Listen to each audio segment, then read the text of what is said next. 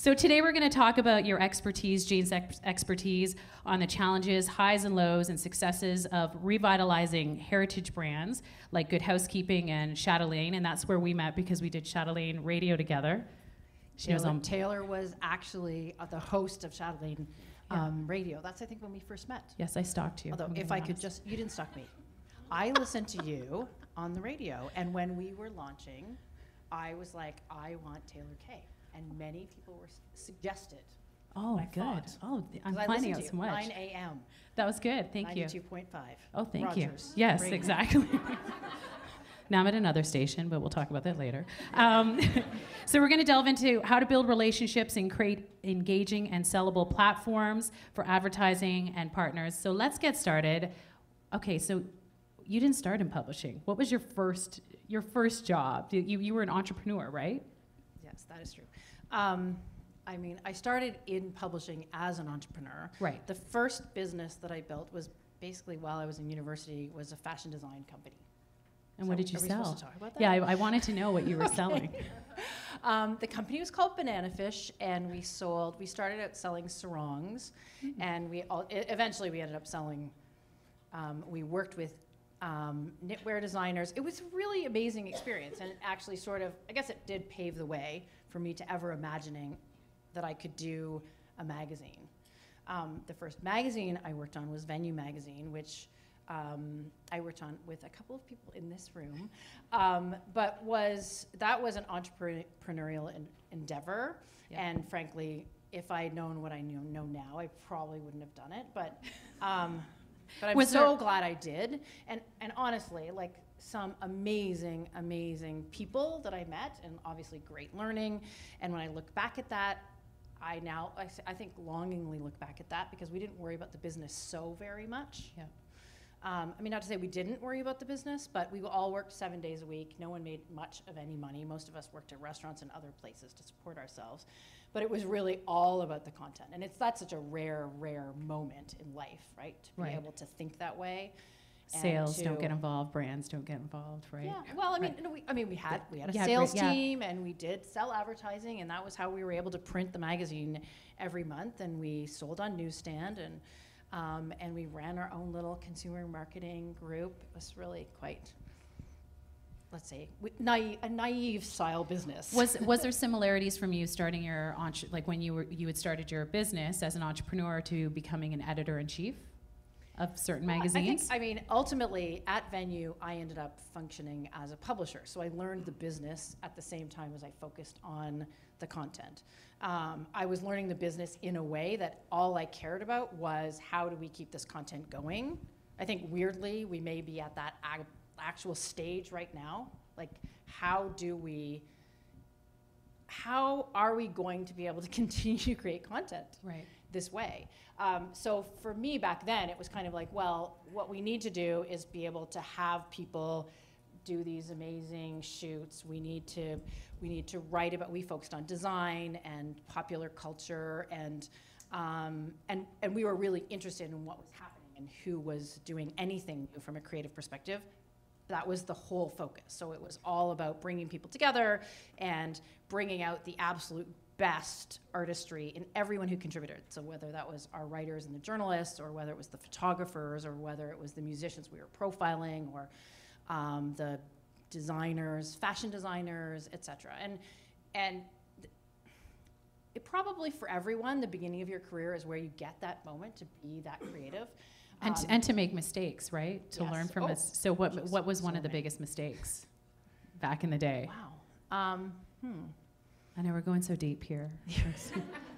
Tell us a big one so we can like tweet about it later. It's hard to say. Hashtag Jane's big mistake. I mean, but like the risks are low when you have no money and you're like, it's sort of everything's an experiment. One of the things that I love about magazine to this day, and this is a print magazine piece more than anything, but I say this to my team all the time, like there's always next month. So like you reinvent. I mean, you get the chance to reinvent every month, but you also get to like learn from this month and pour it into next month. I always think as someone who has been involved in some fairly serious redesigns, and I would look at those as more like repositioning. But I feel like redesign is kind of a funny thing because every single month we're sort of redesigning. You're creating everything from scratch again. And whether it's like the font or the, you know, hey, wouldn't it be better to have this feature? I mean, we're doing this at Good Housekeeping. If you pay any attention, you will see, like, well, let's put the food feature with the home feature because we don't really have a well, and that'll create sort of a feeling of a well. And then, you know, the next month we're like, well, that food feature looks really weird up there in the home section, so we'll just move it back into the food section.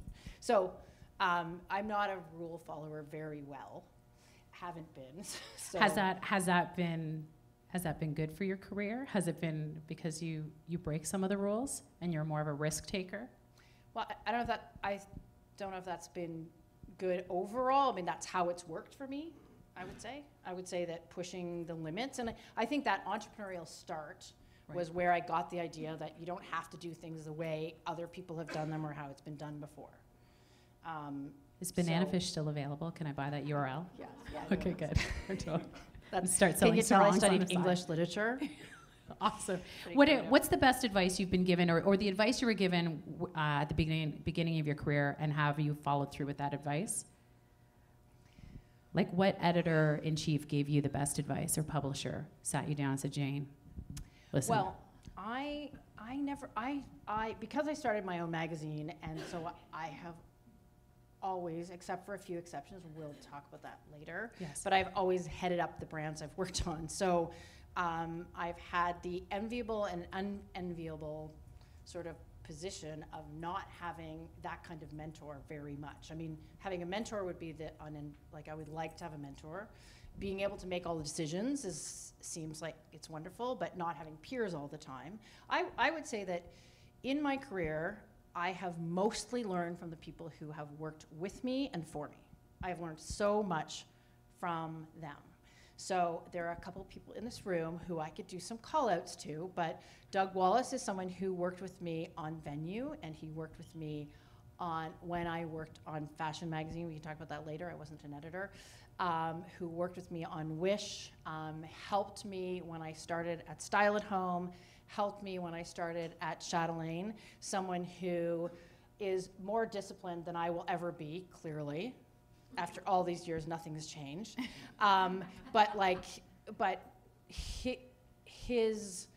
The joy that he brings to work and the discipline combined is like something that I would always want to capture. Sandy Kim is sitting beside him. She's putting her head down. Also worked with me on Venue, on Glow, on Wish, and Chatelaine.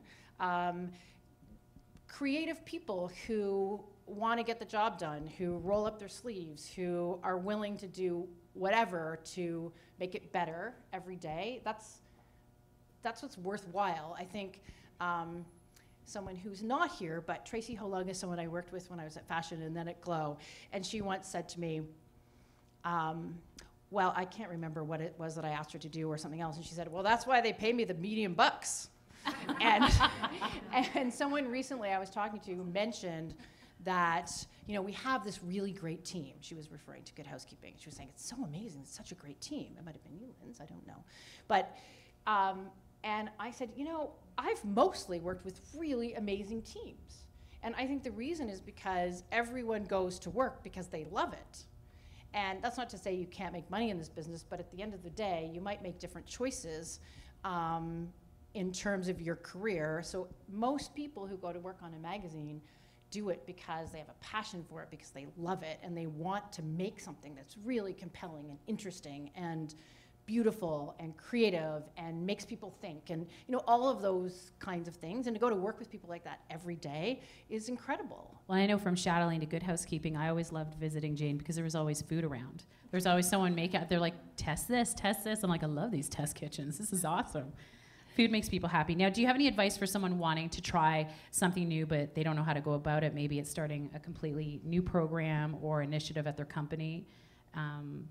What advice would you give them? I mean, I don't know. I think if you want to do something new, if you're interested, if you're already in an organization, I think just start talking about it. I mean, and push hard. I mean, it's hard. Organizations are difficult, right? It's difficult because squeaky wheels get the oil or squeaky wheels get the boot. Like, so, like, I mean, get that's the door, absolutely true, depending on the situation and depending on who you are and how you squeak and what it is you're trying to do. But if you have an idea about making something better, especially now, I mean, the theme being the concept of evolution and change that's required and so on, and being ahead of the change is, I think, sort of a mandate for all of us to be looking at how we can do things differently, how we can be both more efficient and look for new ways to produce and develop and deliver and so on. But I remember when I started at Glow, maybe some people here remember the magazine Images, maybe even some people worked on it, and I able to go, and I had this, it was stuck in my head that we needed to change that name. And of course, most people here would know, Images was a measured publication, so it's, I think it was ABC back then. Is it MRI in Canada, or is that just the US, the audience measurement? What is it called? ABC. Oh, ABC Circ, though. AIM, is it here? No? Audience. Okay, anyway, we call it MRI, which sounds like a medical thing in the States now, so I kind of got on that. But anyway, the point was, Images was measured, and changing the name was a risk. And every single day, I went into Mitch Dent's office, and I was like, okay, I know you don't want to hear about it. I don't want to hear about it. Here's another reason I don't want to know about it. I was like, but it's just like, if we could just talk about it. And again, I could have lost my job. It was probably really close. When did you lose your job? I did lose my job. You just opened that door. Here we go. Well, when I worked on the launch of Wish, that was 2008, was a hard year, I think, for a lot of people. It was a really hard year for me and the teams that I worked with. We shuttered Wish and Gardening Life. Thank you. I also worked at Transcon. This is really confusing. I'm already lost. And that was hard. That was really, really hard. It's really hard to let go of something. I mean, Wish was a magazine that I worked on from the inception. It wasn't my own baby from the perspective that, you know, I wasn't the founder of it. It was really a concept that came from St. Joe's, and Georgina Bajoni was the one who was kind of heading that up, and it was the first launch for the company. And in that iteration, because obviously St. Joe's had previously launched a number of titles, but once it went together with Key, sorry, too much information. I'm following, it's good. Yes, I'm a radio person, I'm totally getting this now. Anyway, that was hard. There were tears, and like, it's really hard to face, you know, both losing a job, losing your team, losing your family, losing your purpose. And usually, I mean, and I've been following publishing and magazines for years, and with radio, for those of you that know, radio, you're always fired. It doesn't matter. Like, everyone's always fired. You turn on, now it's Jack FM, now it's something else. But in publishing, it hasn't been as volatile as it's been in the last couple of years. So what advice, because usually it would be the publisher, the editor-in-chief, and then maybe the food editor, right? Like, it wasn't all, but things are changing. What advice would you give to people right now, because the industry is so volatile and everyone's trying to squeeze so much out of the industry? Most people here probably have 3 to 4 positions. Yep. Right? Well, I mean, I think one of the things, as change has happened, I feel like it's less of an issue now. Certainly when the change started to happen, I think people resisted the change. I think people resisted the idea of taking on more responsibility or giving up, well, this brand or this title can't exist without fill in the blank. Like, we can't do it without that, or it won't work, or something. I feel like now no one's really saying that. I could be wrong, but because I think everyone's seen what's happened and how the businesses are fragile. And the sad part from my perspective, I was just saying this earlier, is that I'm not sure that the audiences are really the issue. I mean, that's the hard part, is that when the demand is still there and when you can deliver an audience and yet you don't have the support from the revenue perspective, and that's the advertising piece of it, it's a bitter pill. Right? Because it's the changing media landscape. It's everyone is, I mean, I'm in ad sales calls a fair amount. And, you know, some of the things I hear are so depressing to me, and I assume they would be depressing to anyone in this room, but I was at a call in New York with probably shouldn't say it, so I won't, but I wish I could. We won't one of tell. the big beauty companies, and it was a company that's really known for its skincare, mostly a little bit of makeup. It's one of those lines that has a really like clean reputation. That's the brand, that's the branding. And I met with the person who heads the brand up, and she said, well, here's the thing. Everyone's watching YouTube now, and they're all watching those really big makeover videos where someone looks like a different person when it's over, or maybe an animal, or who's to say, whatever. And that's what we need to do. And we've been trying to do these videos, but of course they're doing it in their brand style, which means sort of how to. And we're finding they're just not taking off. I'm like, well, I don't think anyone's buying any product from the ones where people look like a different person. So just to be clear, there's two weirdly different things going on here. Do you think it's like the Wild Wild West with digital, with the bloggers that are trying to start kind of their own magazines, and or the Instagrammers that are taking some of the brand money that are hurting the magazine industry? So, I mean, everyone's taking a little bit of the money. There's no question about that. And obviously the demand, and I'm sure everyone here is feeling it, whether you're on the publishing and sales side or whether you're on the content side, and that is, okay, but now I want to integrate my product into your content. That's the only thing I care about now. And be authentic. Right? Use that word a lot. But yet not take any direction from you. Right. Ideally. What I would ideally like is for you to cover us in editorial, but us tell you how to do it. That's the best one. But that's not even outrageous now. That's just normal. And so how do you walk that line, and what is your pact with your audience, and how do you, transparency is something we talk about a lot. Everyone throws it around, and we all do. So how do we be transparent, and how transparent do people want or need you to be? Again, magazines have this difficult situation because, you get the example thrown at you, but what about the Subway player of the game? Well, how can we do that? Because we actually talk about food. So we can't have the Subway meal of the day. Right. It doesn't make sense. So you have to work harder for it to come up with the concepts and so on. And then, anyway, and again, this is what we're all faced with, I think. I think it's real. And I think we all have to really think, do people care? When they go on Pinterest and they find a recipe, or they find how to paint something, and it's from Home Depot, or it's from, do they care where that content came from? Do they care that it didn't come from a 130-year-old brand? If it's good content about how to paint something, then they might not care. So then we have to be faced with that. What is the value that we're bringing that's beyond what can be brought by one of our partners or sponsors? Or should we get in bed with our partners or sponsors? I mean, I feel like we're all faced with that. And I think we're not that far from can we do it without figuring that piece out? Well, and let's talk about revamping some of the brands. And you've put together some examples. We have a fancy slideshow, everybody. We flew in from New York just for the slideshow. Really not fancy, just to be clear. So can you share? I made it. Oh, no. I can barely do PowerPoint, so just to be clear. Okay, so you've had quite a history of inventing, revamping, and re-energizing brands, Glow, Chatelaine, and now Good Housekeeping, which, loving it. Do early issues in history matter? Okay. Yes. Yeah, okay, good. Okay. This is the yes or that's part yes of the part of the question. We're just going to do yes and no questions from now.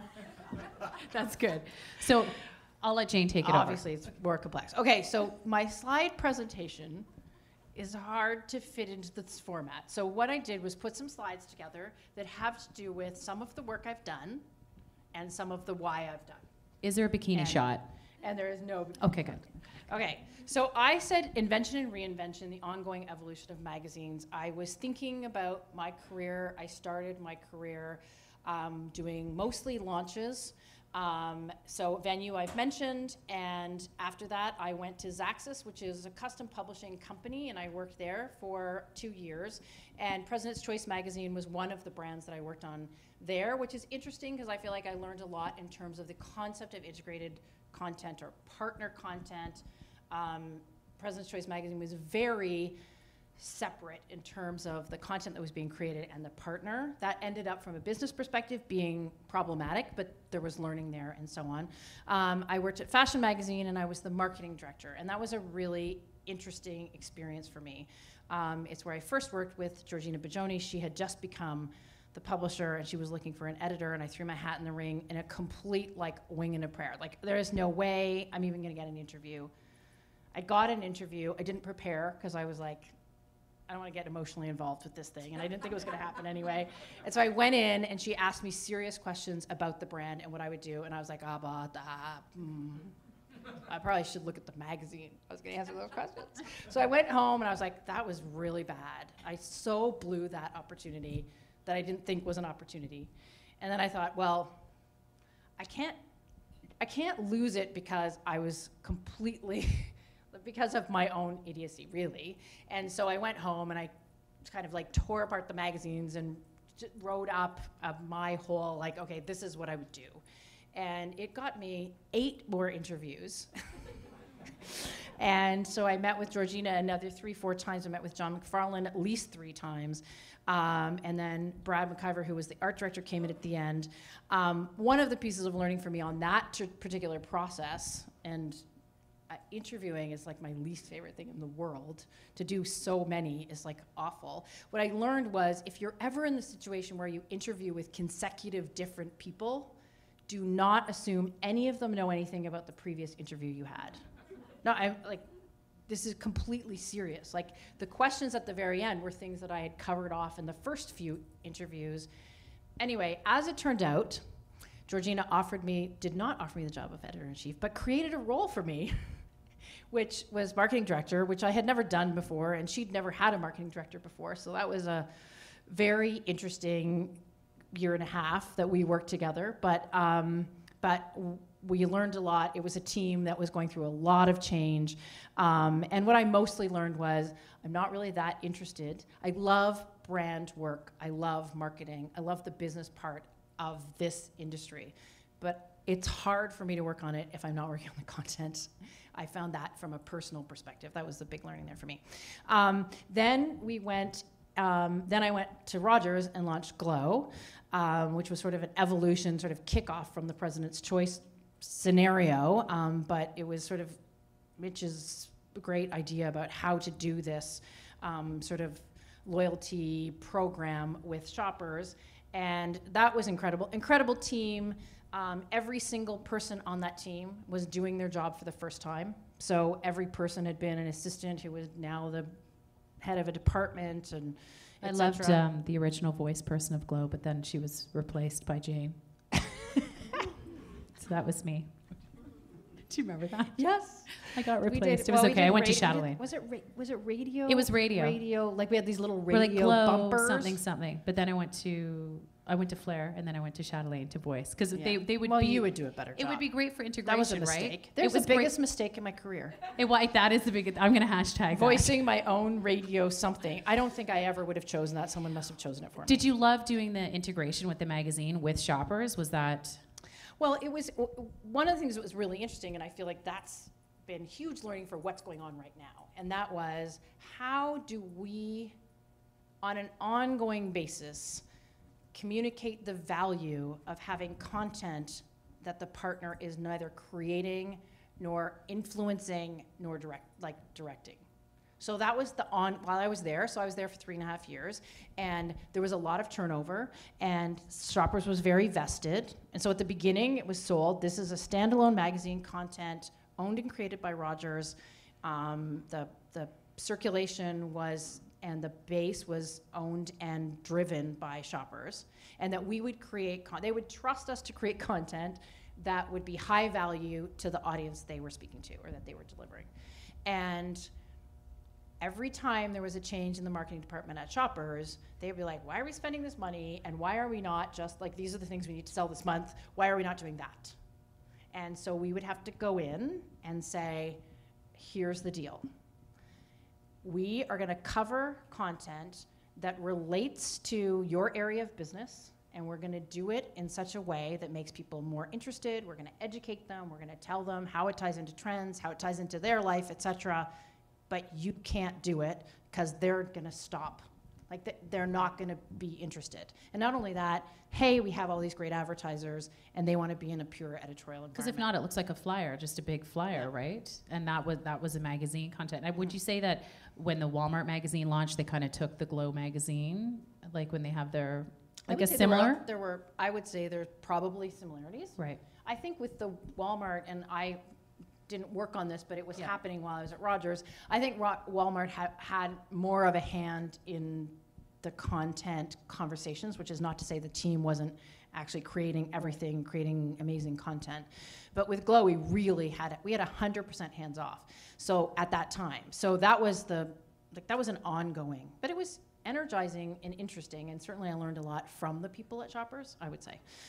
Wish I already mentioned, so this was something that we launched. The concept, this is kind of interesting considering where my career ended up going, was Wish was the answer to women who didn't want women's service magazines. So women who felt that the women's service magazines, perhaps Good Housekeeping, perhaps Chatelaine, were not meeting their needs. And so we created, and what I guess the insight for these women was they're busy, they're interested in these different categories, they might have at one time been big readers of either fashion or shelter books, maybe food magazines, don't necessarily have the time but want that quality of content and want that level, want that sort of niche style content. So we put it all in one, and when we launched, we were 4 great magazines in one. That was the concept. And we used to, again, as someone who's now pumping out the real life stories, one of our things internally would be, they want to know about their home, their beauty, their fashion, their food. They don't want to hear about the next female astronaut. Now I write lots about people who want to go to the moon and maybe do. Right. So anyway, that was the concept for Wish. And I think, again, for us, the consumer audience response was very strong. But again, we hit like the financial piece, which is something we're all, again, facing in different ways and so on, was something that brought us down. Style at Home, I worked with an existing team, many of whom had been there since the launch. It was about 14 years, I think, when I came on board. Incredible team, small team, tight team.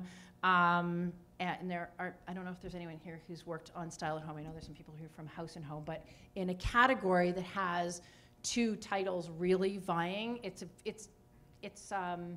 to create an identity in that is challenging.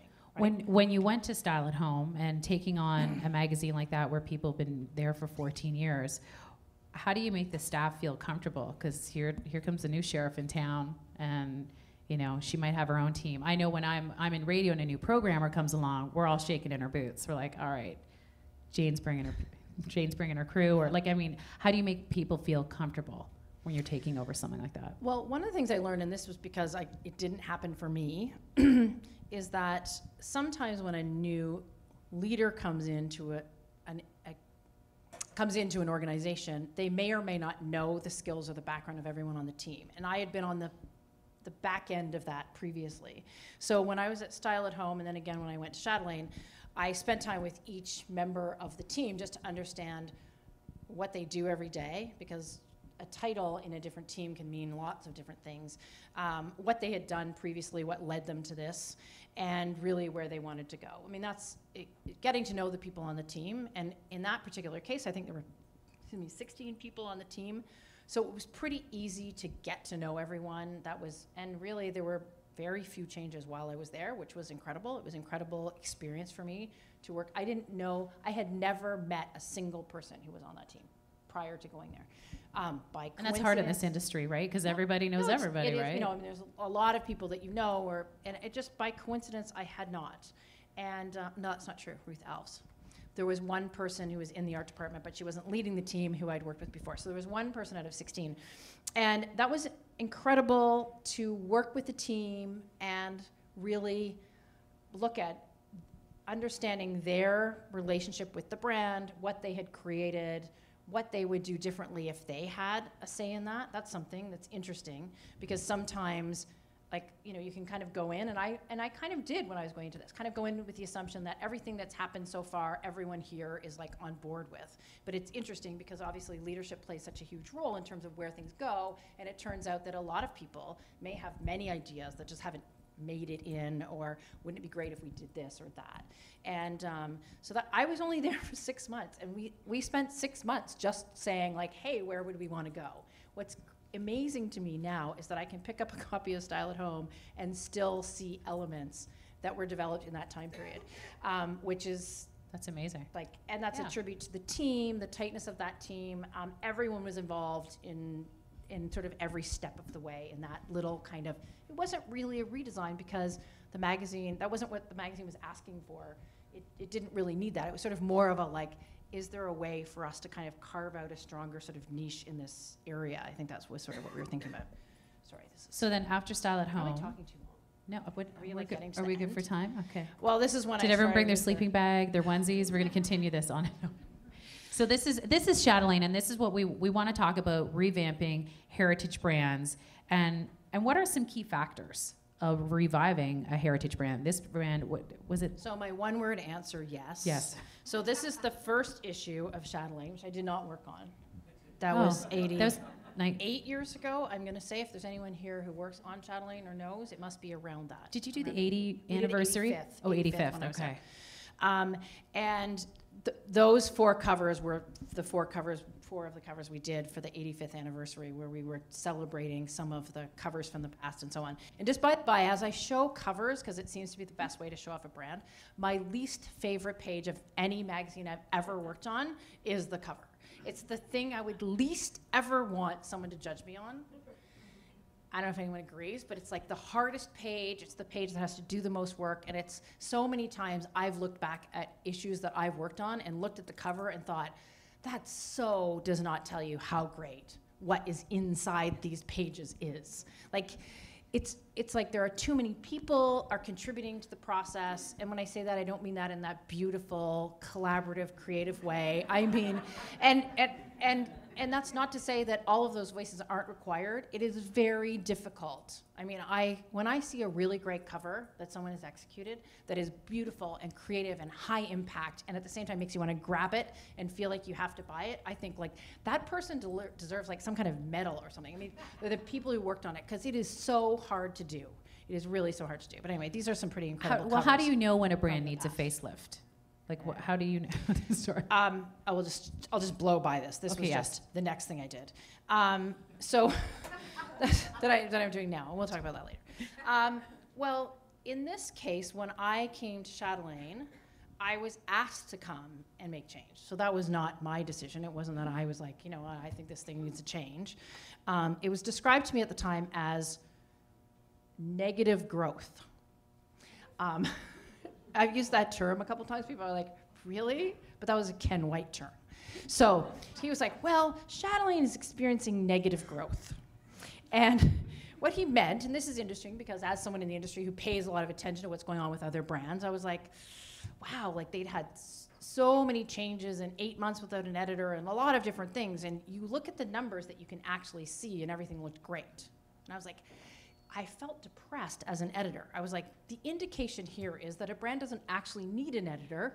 It can still do well if the brand is strong, and then the rest of us could just go home, right? Like it felt depressing. So you went in after 8 months of no editor. No, it was more complex than that. There were Okay. a number of different changes. There had been 8 months, and then there was an editor, and there was a mat leave, and there was like all these different things. And not to say anything about anyone who worked on it at that time, but things were slipping. And they were slipping in a way that was not evident from the outside. What was happening, I believe, Brenda's here, she can attest to this, but I think we were spending more and more money to retain our rate base. And our readership numbers were going down, and it wasn't like, so things were not going in the right direction, and the business was spending a lot of money to keep it looking like it was in the same spot. And so that was the situation. And then, so in terms of how do you decide? So Chatelaine is like a beloved, iconic brand, right? It has history that is important. It's important to the people who read it now, but it's also just an important part of almost Canadian history, certainly for women. And so making changes and how you made changes on this brand, it was kind of a dicey thing. And at the same time, Chatelaine was a flagship brand for Rogers. It was responsible for a third, I think, total of the bottom line of all of publishing. So it's a big weight. And they knew they wanted and needed change, but once I got into the job, it was like, okay, maybe not that. Like every which way we turned, it was, but maybe we shouldn't change that thing.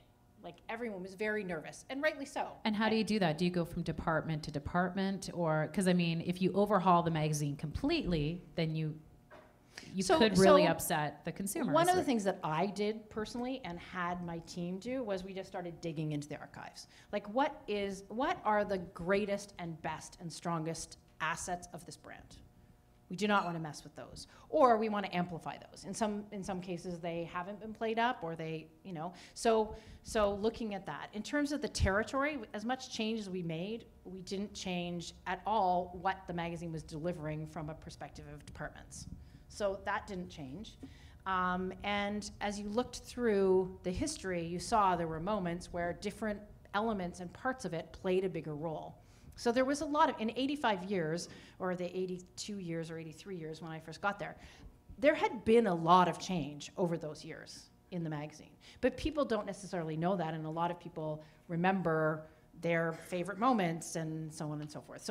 So we also went out, we did focus groups. I mean, one of the challenges we also had was that when we spoke to the base, so we looked at people who read magazines but aren't reading this magazine, we looked at people who sometimes read this magazine, and we looked at people who regularly buy the magazine either on newsstand or, I mean, everyone's been there. You're good.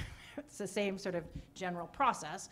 And when we were speaking to women and we talked about all the kinds of brands in the set. So, and at the beginning, of course, you're not telling anyone what brand you want them to talk about.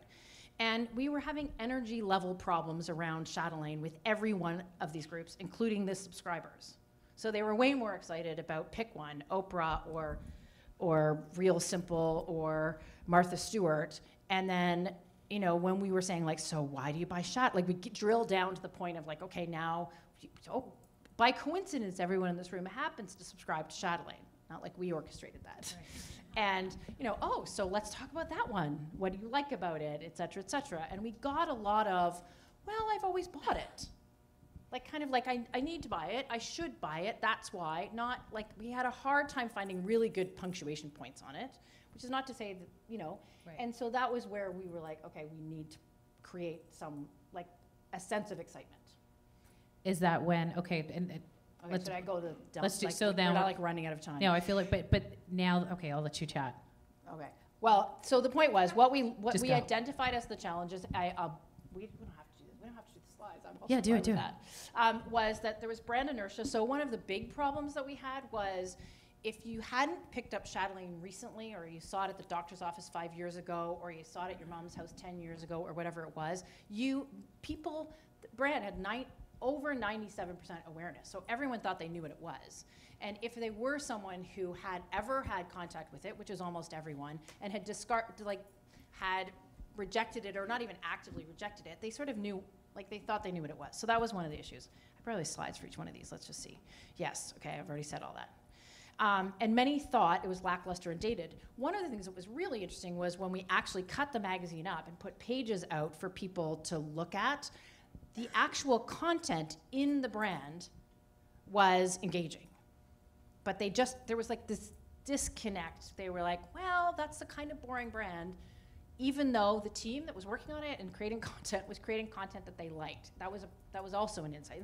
And that's something interesting to know. Like, the brand can have problems even when the content is good. You've got to find ways to sort of trumpet that, et cetera. Anyway, that was the inertia piece. So stimulating trial was one of our objectives on that. Mass audience, this was something I think at that time, and it continues to be a bit of an issue, and that is the world has become so specialized. Like the concept of niche, whether it's shopping for something, people think they want to go to the place that has the expertise. You're going to buy your makeup at Sephora because Sephora has everything and that's what they do and they do it best.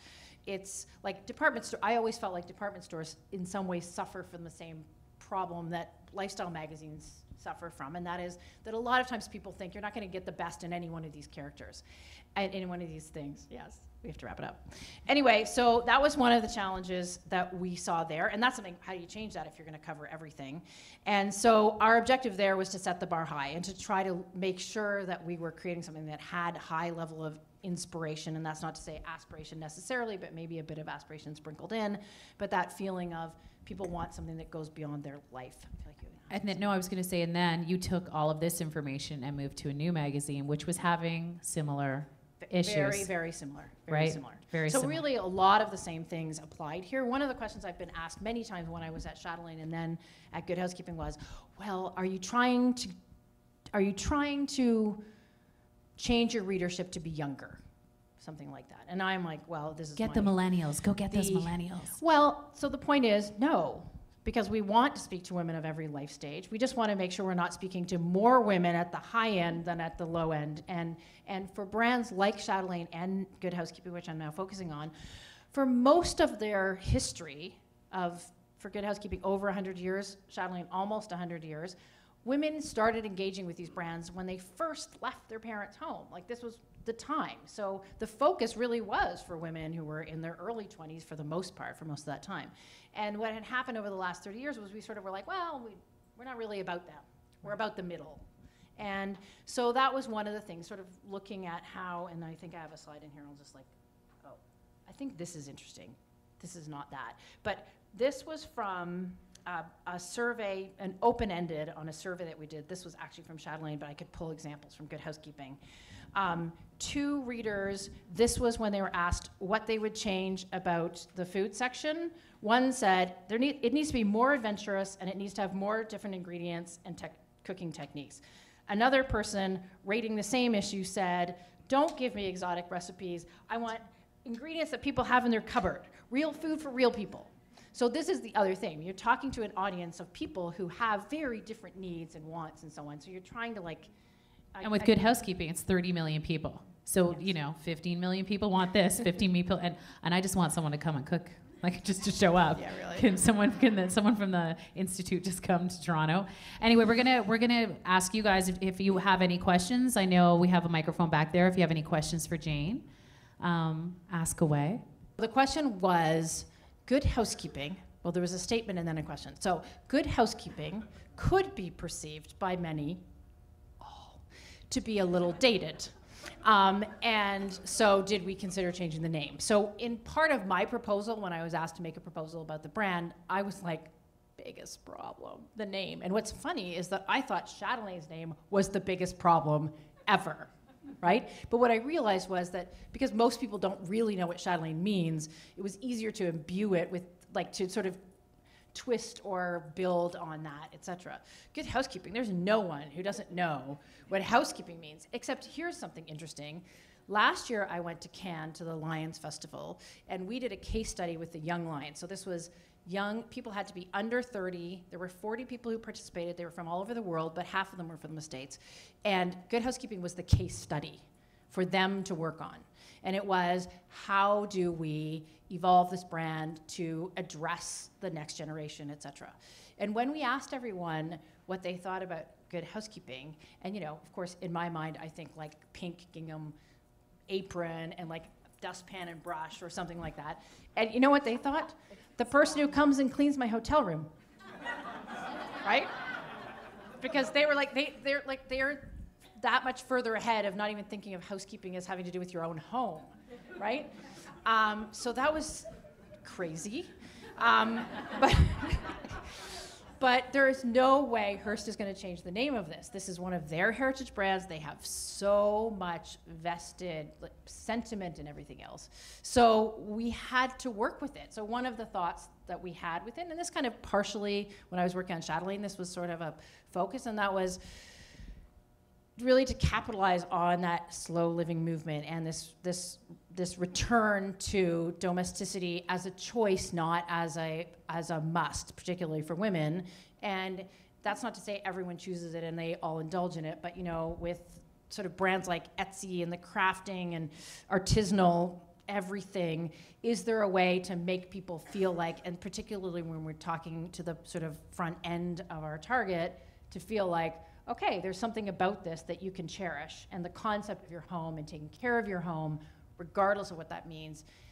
But that's uphill, I would say, to change people's perception of something that they have, but anyway, KFC.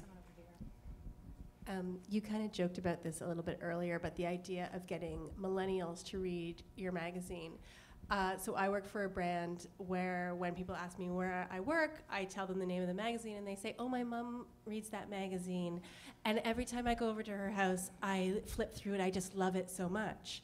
And my follow-up question is, so why don't you subscribe? And I get a variety of answers, but all of that ends up as, well, I don't subscribe. So is that something that you're actively looking to do, is try and get people young people to read magazines? Yes. As opposed to watch YouTube stars? Yes. So in terms of a strategy for print, because our digital strategy, there's not a huge amount of overlap. That may be the case for most brands. It certainly is the case for us. So our online audience is between 12 and 18 million. And that's wonderful, but there's very little crossover. And so for us, from a strategy perspective, looking at women, and this would be, if I could say, a brand like House & Home could also do this, but that for us, really targeting women when they get to a stage where their focus turns to home. So we obviously also focus on fashion and beauty and health and so on, but when there's a moment, so we look at life moments. You move in with your boyfriend, you buy your first home, you get engaged or married, you have a baby. Like, those are moments when all of a sudden, like prior, if you don't either own your own home or have a space that you can entertain in, and you don't have a feeling of entertaining, then the sort of house pride is just not as much of an issue. Just don't think about it.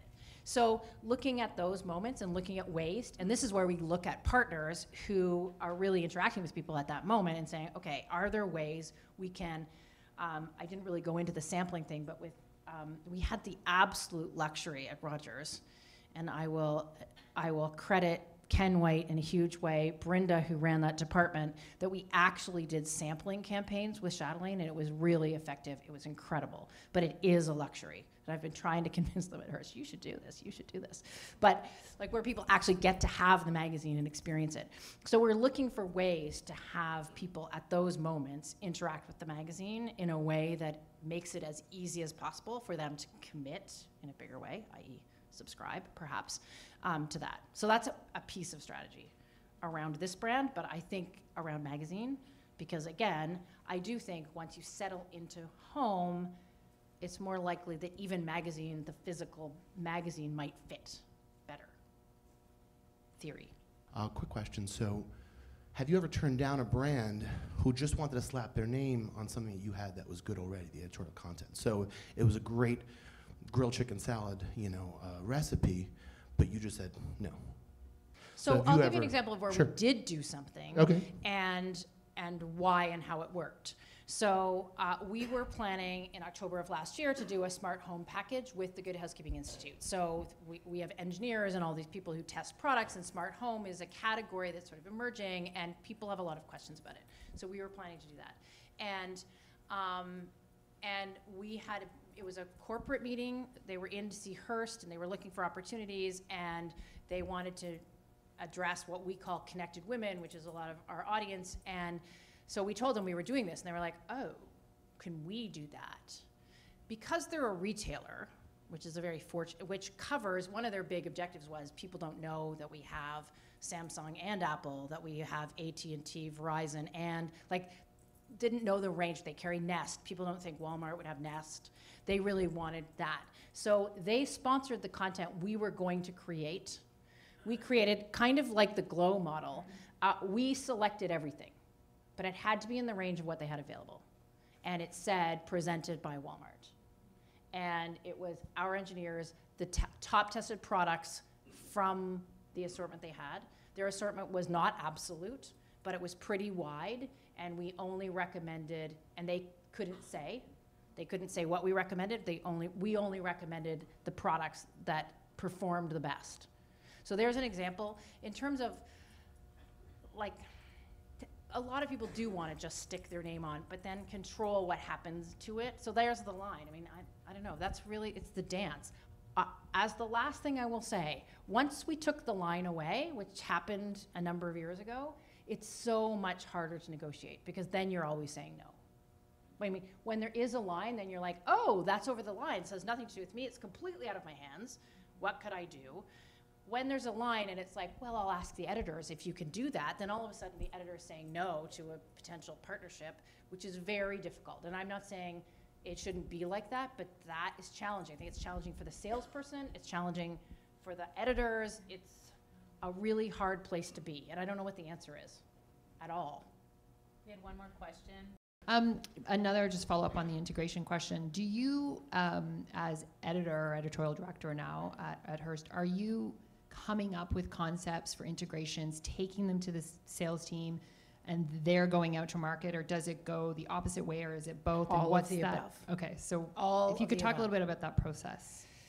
So one of the biggest challenges I find, this may be the case for other people, is that the asks are so fast now.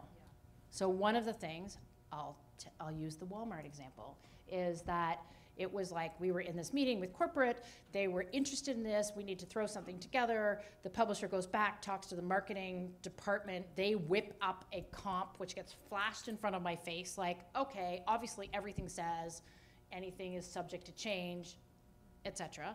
It goes out, like she gets on a plane the next day to Arkansas, blah, blah, blah. Woo, woo, they bought it, yay. Very exciting. Lots of money. We don't see lots of money very often, so we're like all excited. And then we start to produce it. And then the publisher looks at it and she's like, that doesn't look like the one they bought. I was like, well, but that was whipped up in a day by a designer in the marketing department. So now what we're saying is this integrated content, which is a partnership, because our name's on it too, and our experts and so on. And the reality is that that's what we face now daily. So I had a conversation, so HGTV magazine is Hearst magazine. I was having a conversation with the EIC, and she was like, I now need either another one of me, or I need a department in editorial, or I don't know what to do, but I'm basically like, sure, sure, sure. And many of these programs may never sell. So the amount of attention that's required at the front end is very challenging. And obviously, you want to bring the ideas forward, because wouldn't it be better if it was a great idea you wanted to do and someone sponsored it? And we do that as well. But the sales team is also, they're not a marketing team. I mean, it's almost like that's something for us all to be thinking about, that the ad sales teams may need to be restructured, because if the conversations are going to be about content all the time, then all of a sudden we're like a mini agency, and the transaction could be client says, can you do this? Salesperson says, sure, right? And that's not to say anyone ever is intentionally giving away the bank or whatever. Like, it's just, it's fast and furious now, and desperate, frankly. Let's be clear. All right, we're going to wrap up just with one more question. And where do you think the world of publishing is going in the future? What's your... Oh. So we'll be here for about a half an hour. This year? This year. This year.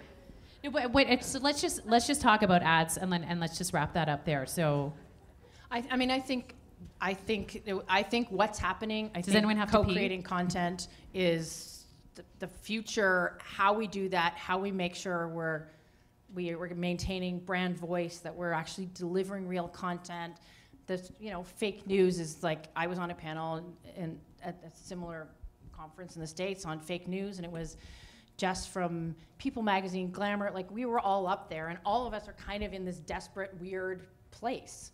We have brands, some of the few brands left that have fact-checking and research departments. We live in a world where no one else does, and we need to create content faster and more and so on, and that's a real challenge, and it splits our brand from digital to print, and so that's really sad. Okay, bye. Thanks for having me. So thank you, Jane.